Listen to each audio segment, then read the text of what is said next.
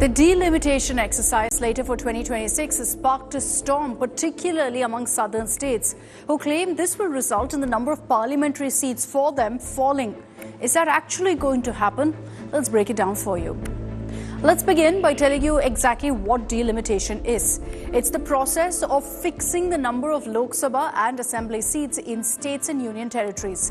Delimitation, as per the Constitution, must happen after each census exercise. And since the census exercise will be kicked off soon and the numbers will be out in 2026, delimitation will also happen next year.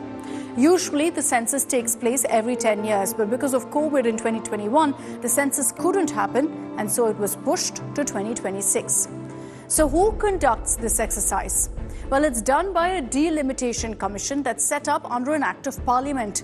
The reason this delimitation is done is to ensure that as population grows, the number of constituencies also grow. Essentially, population numbers dictate number of seats in each state. For example, the 1951 census showed we had a population of 36.1 crore. So the number of Lok Sabha seats were fixed at 494. The next census, 10 years later, in 1961, our population became 43.9 crore. So seats went up to 522. And so with every census, number of constituencies went up.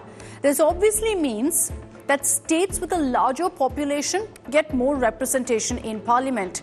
That does seem unfair, right? Which is why, as per the 1971 census, this process was frozen to encourage population control measures. So then in 2001, for example, after the census was carried out, the boundaries of constitution were adjusted without changing the number of seats. But here's the catch. This freeze on the process was only till 2026. So next year, there are questions about how the delimitation exercise will be carried out and if the parliamentary seats will be changed. Now, if the delimitation exercise is carried out based on population numbers, it could mean that southern states, northeastern states will lose out, and states like Uttar Pradesh, Bihar, Madhya Pradesh, Rajasthan, which has seen a population boom, will benefit. Tamil Nadu could lose about 8 to 9 seats of their 39. Kerala could lose 8 seats. Karnataka could lose 2. Andhra, Telangana could lose about 8 seats. And Uttar Pradesh could actually gain about 11 seats. Bihar could get 10 more seats. Rajasthan could go up from 25 to 31 seats, so gain of 6 seats. What that translates to is that states which have successfully controlled their population numbers will be punished with lesser parliamentary seats.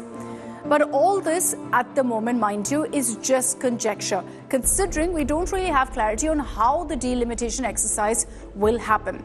Southern states are extremely wary because of the numbers I just showed you. And so chief ministers like M.K. Stalin have sought unity among regional parties to oppose delimitation. இப்போ நாடு முழுக்க இருக்கக்கூடிய மக்களவை அடிப்படையில் தொகுதிகளை பிரிச்சா தமிழ்நாட்டில் இருக்கக்கூடிய தொகுதிகளில் 8 தொகுதிகளை இழக்க வேண்டிய ஒரு சூழ்நிலை ஏற்பட்டிருக்கு. அதாவது தமிழ்நாட்டுக்கு 39 எம்பிகள் இருக்க மாட்டாங்க, 31 எம்பிகள் தான் இருப்பாங்க.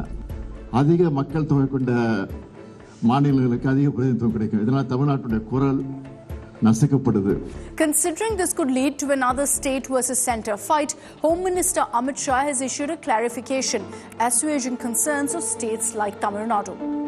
श्रीमान स्टालिन जी, मोदी सरकार ने लोकसभा में स्पष्ट किया है कि डीलिमिटेशन के बाद प्रोरेटा के हिसाब से दक्षिण के एक भी राज्य का एक भी सीट कम नहीं होगा.